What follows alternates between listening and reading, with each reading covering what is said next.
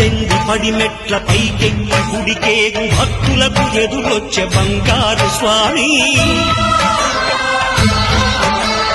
ఇరుముడులు స్పృశించి శుభమును దీవించి జన బృందముల చేరే జగమేడు స్వామి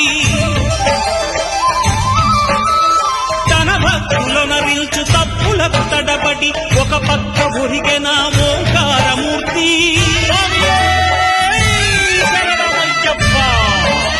స్వాములందరూ తనకు సాయము కాగా ధీమంతుడై లేచే ఆ కన్య స్వామి పట్టబంధము వీడి భక్తతతికై